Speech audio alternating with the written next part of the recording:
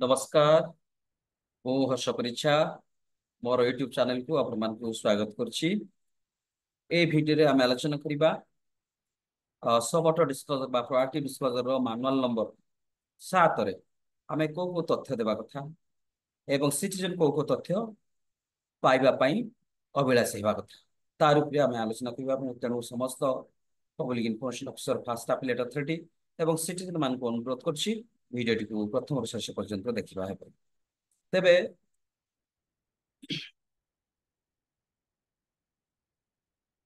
मानल नंबर 7 कौन कौची ना मानल नंबर 7 कौची आपनकर फॉर्मुलेशन ऑफ पॉलिसी बा ताको जदि आमे एलाबोरेट करिबा particulars of arrangement in formulation of policy हैला।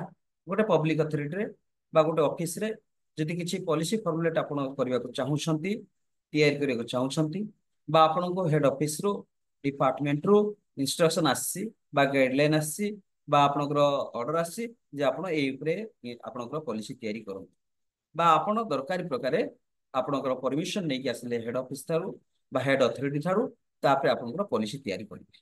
तबे जदि पॉलिसी तैयारी करिवे को आकारे केमिति तैयारी करिवे तार प्रोसीजर टी आपनकर मानल नंबर 7 रे केमिति देबे बा तथ्य टी कोन कोन देबे देखो।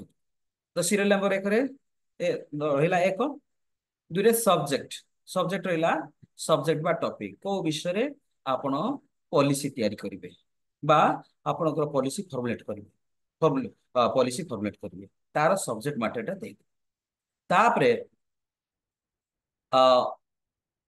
एटा एई जो कॉलम नंबर 3 रे आपनकर is it mandatory to ensure public participation yes or no.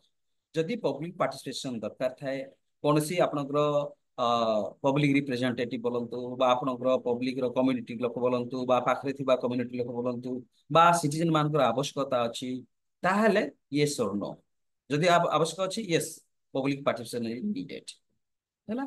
जदि नो पार्टिसिपेशन दरकार नाही नो। तापरे 4 नंबर कॉलम रे हम कोन देबा arrangement for seeking public participation.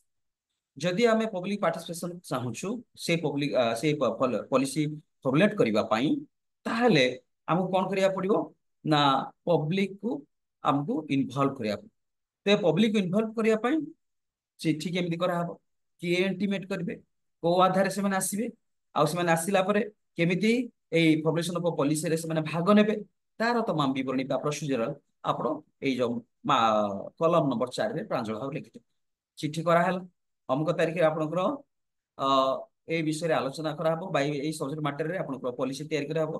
तेणु एइठर आपनकर वार्ड मेंबर बोलंतु बा आपन काउंसिलर बोलंतु बा आपनकर एमएलए बोलंतु बा एमपी जे रहबा रिप्रेजेंटेटिव बा आपनकर से पाखरे थिबा जो माने अछंती आपनकर जदि मानकर स्कूल कथा कहबा वीसी एजुकेशन रो विलेज एजुकेशन कमिटी रो जो मजमान अछंती से मान रही एई भलिका आपण माने से मान को केमिति इंटीमेट करबे एवं से माने आसीबे आपण सहित भागीदार हेबे एई पॉलिसी तैयारी करिवारे। एटा होची आपनकर फॉर्मुलेशन ऑफ पॉलिसी अर्थात मानदंड नंबर 7 रे आपण माने एई भली डाटा सिटीजन मान को देबे एवं सिटीजन मान मध्ये एतक डाटा आपण के मानदंड नंबर 7 रे पाया पई अभिलाषी हेबा आवश्यक।